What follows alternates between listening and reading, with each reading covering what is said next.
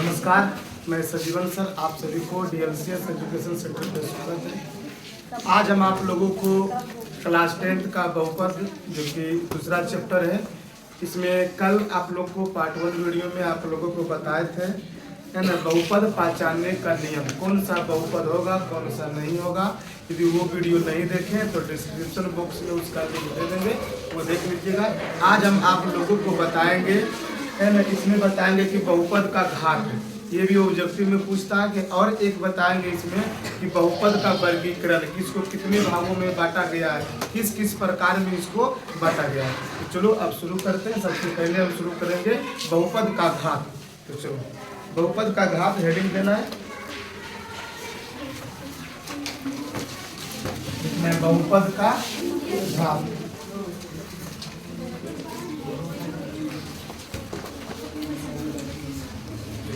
घात का मतलब होता है पावर। चलो बहुपद का घात,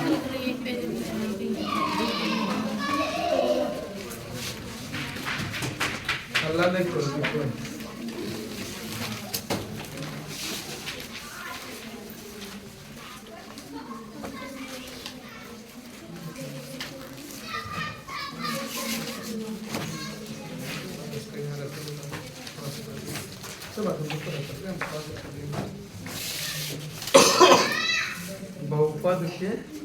बहुपद का घात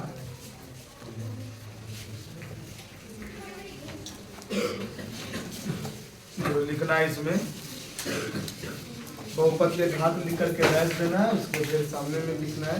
लिखना यदि कोई बहुपद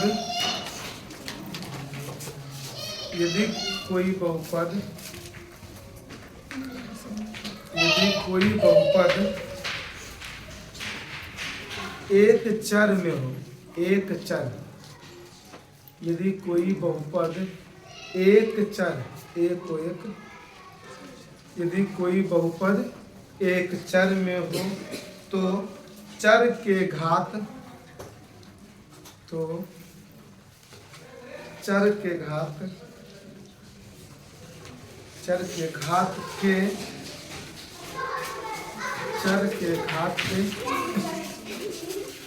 अधिकतम मान को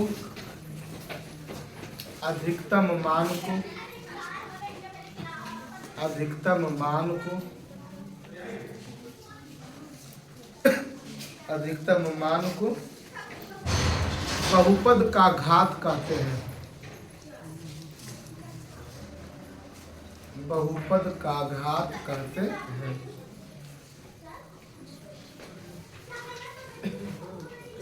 यदि कोई बहुपद एक चर में हो तो चर के घात की अधिकतम मान को बहुपद का घात कहते हैं। मतलब क्या, किस प्रकार एक चर में हो, इसका मतलब वो जो बहुपद में केवल x रहेगा या y रहेगा या z रहेगा तो उसको हम बोलेंगे एक चर। जैसे कि देखो यहाँ रहेगा है ना, रहेगा 2x² + 3x + 6 है ना। तो इसमें देखो एक वो चर है ना। अब बोलो इसमें क्या है, x है इसमें करके, इसमें एक ही वो चर है।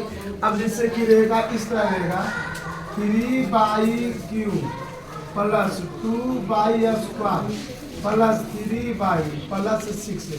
देखो तो इसमें भी y है और इसमें क्या है x है। तो ये भी एक चर का है, ये भी एक चर का है। लेकिन जब एक से अधिक चर रहता है तो देखो इस तरह देखो, x y z, तो इसमें क्या तीन चर है ना। तो इसमें क्या कहा है कि एक चर वाला हो तो उसका जो सबसे अधिकतम घात होता है वही बहुपद का घात कहलाता है। तो देखो इसमें जो घात करके ऑब्जेक्टिव में पूछेगा, डायरेक्ट दे देगा कि 2x² + 3x + 6 का घात है, निम्नलिखित में ऑप्शन दिया रहेगा करके। तो इसका घात क्या होगा, इसका जो घात होगा देखना कि सबसे अधिकतम पावर है ना, सबसे अधिकतम पावर। इसमें भी देखो एक पावर है, उसमें तो यहाँ एक पावर है और इसमें कितना पावर है। अब दोनों में से अधिकतम कौन है, 2। तो इसका घात का मान कितना हो जाएगा, 2। इसका घात का मान क्या हो जाएगा, 3। तो ये कितना हो जाएगा, 3 हो जाएगा। यानी अधिकतम घात देखना है और यही इसका हो जाएगा आंसर। देखो यही इसका आंसर हो जाएगा। 2x² प्लस 3x प्लस 6 का घात हो जाएगा 2 और इसका घात हो जाएगा 3। मतलब अधिकतम पावर देखेंगे वही उसका आंसर हो जाएगा।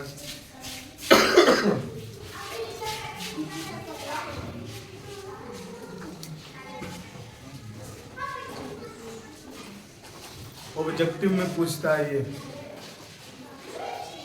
और ये सब देखते हैं ये सब फटाफट बनते चल जाएगा। उतर गया। इसको 1 नंबर में लिख देना करके, दूसरा पॉइंट भी लिखाएंगे 1 से अधिक चर रहे तब, है ना। ये तो 1 चर वाला है, लेकिन 1 से अधिक चर रहेगा तो उसका थोड़ा अलग है।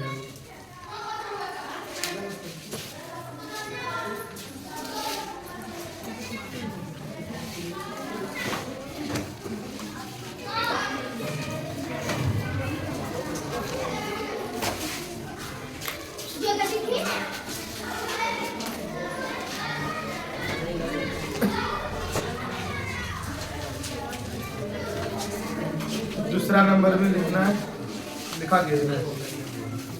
दूसरा नंबर में ये था 1 नंबर में करके दूसरा नंबर में लिखना है करके लिखना है यदि कोई बहुपद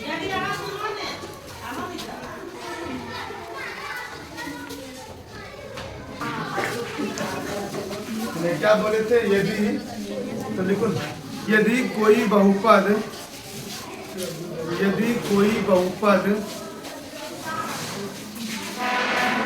1 से अधिक चर में हो, 1 से अधिक चर में हो,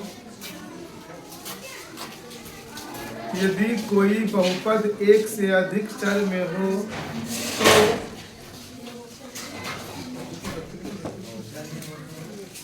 तो चर के घात चर के घात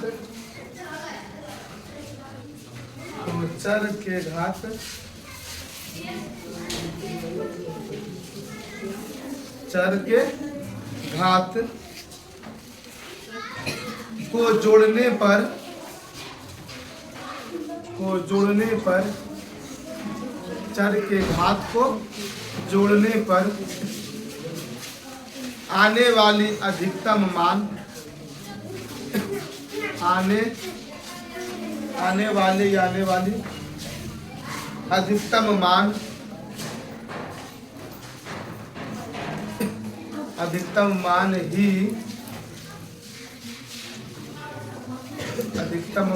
ही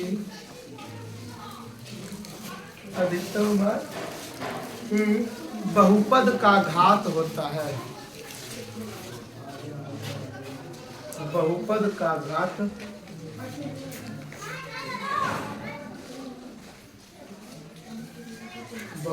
घात होता है।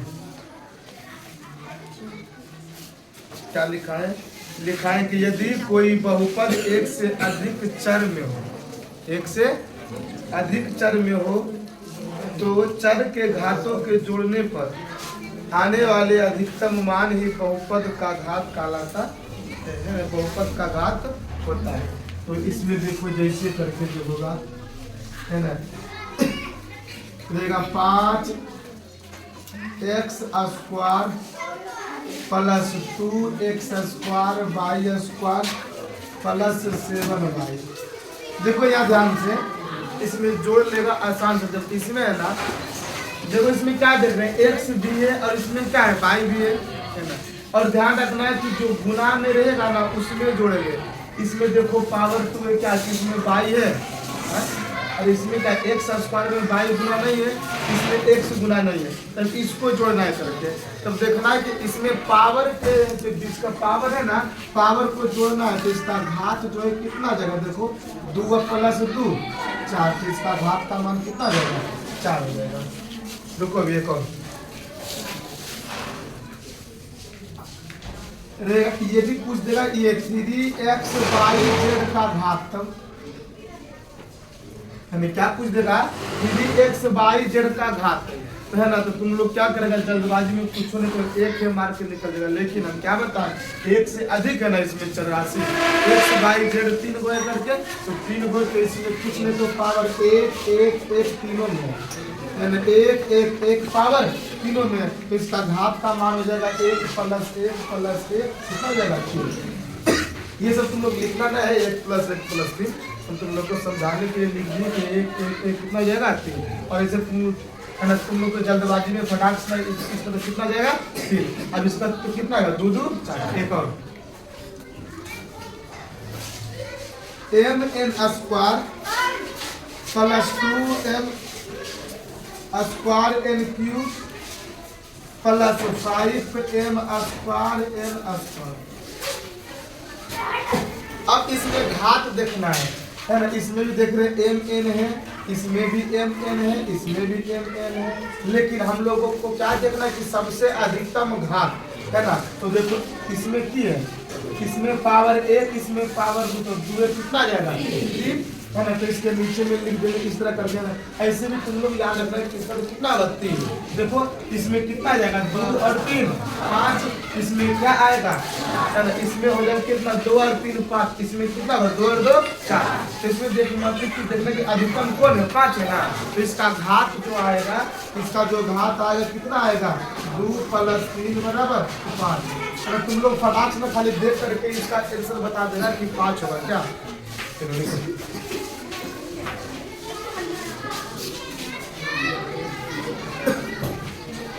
अब बहुपद का घात ये खत्म हो गया, अब चलेंगे इसका वर्गीकरण, क्लासिफिकेशन ऑफ पॉलिनोमियल्स।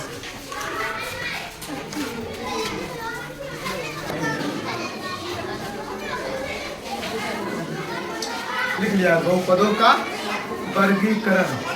तो बहुपदों का वर्गीकरण 2 प्रकार से किया गया है, एक पद के आधार पर और एक घातांक के आधार पर। इसको जो है कितने भागों में 2 तरह से डिवाइड किया गया है, एक पदों के आधार पर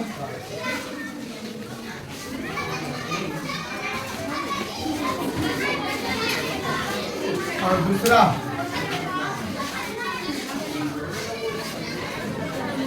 घातांकों के आधार पर। उसके बाद पदों के आधार को भी अलग अलग डिवाइड में बांटा गया है। एक पद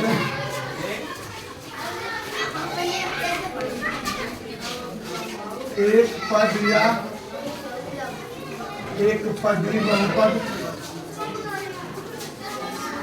है ना, एक पद या एक पदी बहुपदी को। उसके बाद द्विपद या द्विपदी बहुपद।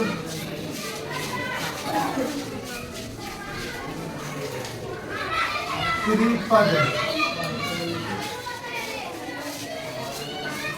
या त्रिपदी बहुपद। त्रिपद या त्रिपदी बहुपद। उसके बाद घातांक के आधार को भी अलग अलग डिवाइड में बांटा गया है।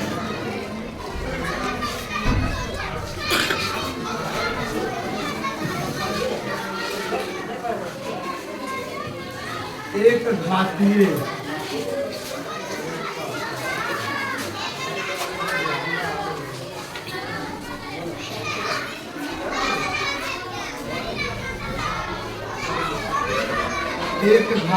या रैखिक बहुपद। घातीय या द्विघात बहुपद।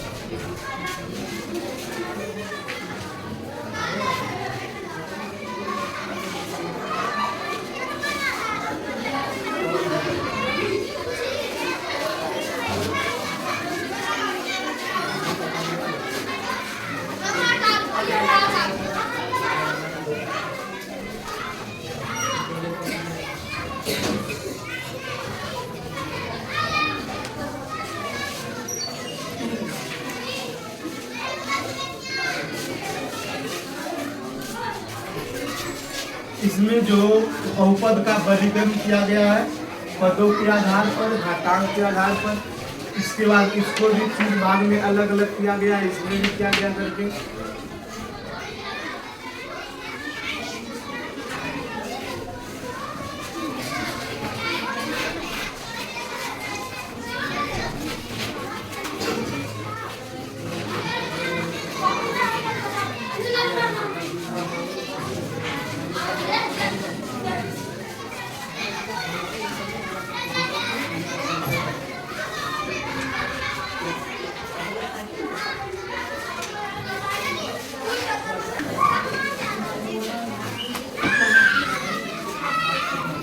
ये क्या था, ये बहुपद का वर्गीकरण। इसको 2 भागों में बांटा गया है।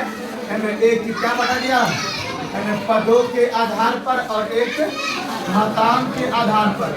यानी बहुपद को 2 प्रकार का वर्गीकरण किया गया, एक पदों के आधार पर और एक घातांक के आधार पर। इसके बाद क्या है, पदों के आधार पर ही इसे 3 भाग में बांटा गया है, जिसमें पहला क्या है, एक पद या एक पदी बहुपद, दूसरा द्विपद या द्विपदी बहुपद, तीसरा त्रिपद या त्रिपदी बहुपद।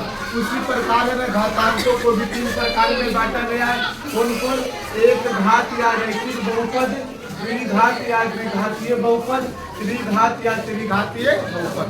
अब इसका परिभाषा जो है ना, बिल्कुल इसी में छुपा हुआ। देखो क्या बोलेंगे इसमें, वैसा बहुपद जिसमें पदों की संख्या 1 हो उसे क्या कहते हैं, एक पदी बहुपद। इसको क्या बोलेंगे, वैसा बहुपद जिसमें पदों की संख्या 2 हो उसे क्या कहेंगे, द्विपदी बहुपद। इसको क्या बोलेंगे, वैसा बहुपद जिसमें पदों की संख्या 3 हो उसे क्या बोलेंगे, त्रिपद या त्रिपदी बहुपद। उसी प्रकार देखो इसमें घातांक में क्या बोलेंगे, यानी वैसा बहुपद जिसमें घात का मान 1 हो उसे क्या बोलेंगे, एक घातीय या त्रिघातीय।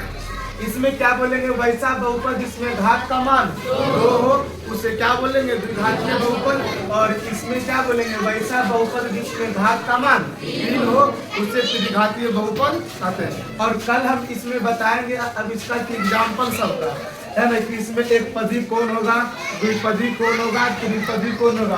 और ये भी ऑब्जेक्टिव में पूछता है कि है ना, निम्नलिखित में से कौन द्विपदी बहुपद है ना। इसमें क्या पूछ देगा, निम्नलिखित में से कौन त्रिपदी बहुपद है। इसमें पूछ देगा क्या, निम्नलिखित में से कौन द्विघात बहुपद है करके, ऑब्जेक्टिव में पूछता है। तो इसका एग्जाम्पल कल चलेंगे, आज इतना तक। Thank you.